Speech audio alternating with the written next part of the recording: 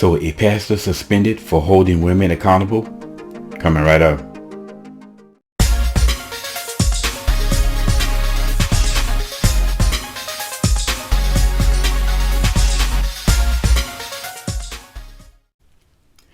What's up, y'all? Welcome back to Common Sense Logical Reasoning. As always, I want to say thank y'all for joining me today. So we know that society tends to hold men accountable while giving women a free pass. We see this happen often in a church.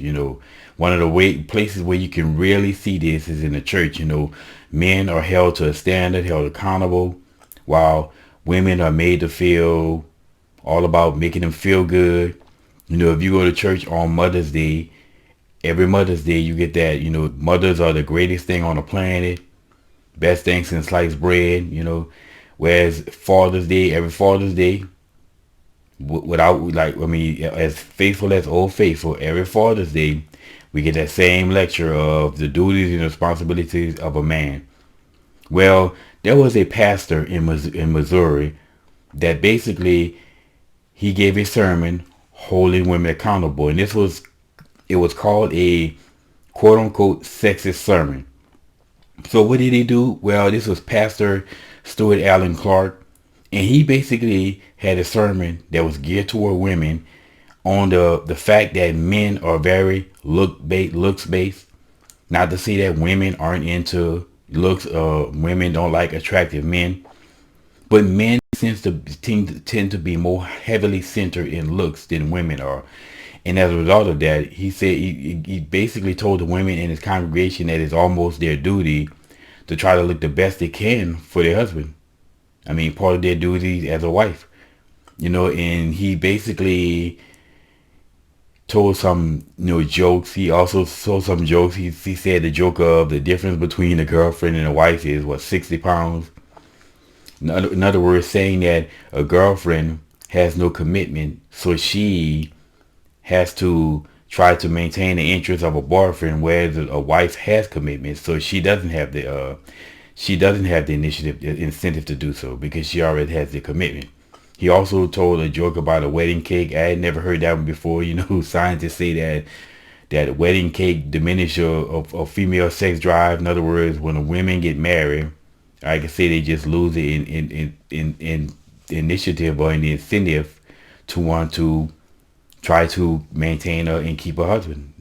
Keep a husband happy because they have the commitment now.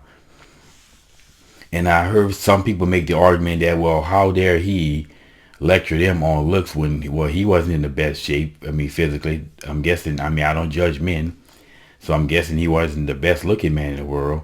But then again, there's a difference between men and women because men are just so highly centered on looks. Now, when I first heard this, immediately there were two questions that came to my mind. First question that came to my mind is, where are all the men in that church? I mean, the men should be standing up now saying, oh, we're not taking this. Okay, he gave his sermon and he spoke the truth. And we can't have situations in which we want to get rid of pastor because he said something that's politically incorrect that holds women accountable. So the men should be either saying, hey, bring him back, or we won't be coming back to this church, and I'll find me another church. This is what the men should be doing. But then again, I say the same thing in society. Men in society should be standing up and stopping the political correct nonsense. The woke culture needs to be put down. Then the second question I had is, how in the world can a pastor ever teach the biblical truth if people are going to suspend him if he says something that's politically incorrect? And the Bible is full of a lot of politically incorrect scripture.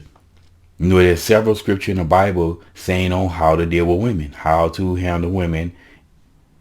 And if any pastor were to say that in front of his flock at his church, he can easily be suspended. He can have women take to social media to try to get him suspended because of that. So again, if these people don't want to hear the truth, then they don't want to hear the Bible. And I would love to see I would love to see what they're going to do when Jesus come back and start preaching that truth. Now, This is a perfect example of what happens when you let evil prosper. I always like to refer to that old saying, all evil needs to prosper is for good men and women to do nothing.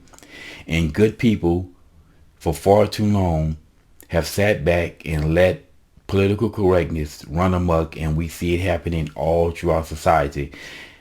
However, though, eventually, though, there's going to be a backlash. Now, I always like to warn the leftists, you keep pushing and pushing and pushing and finding new victimhoods under every leaf, under every rock, around every corner. Eventually, there's going to be a pushback, and it ain't going to be pretty. And we're damn near that now, because we see more and more conservatives are starting to stand up.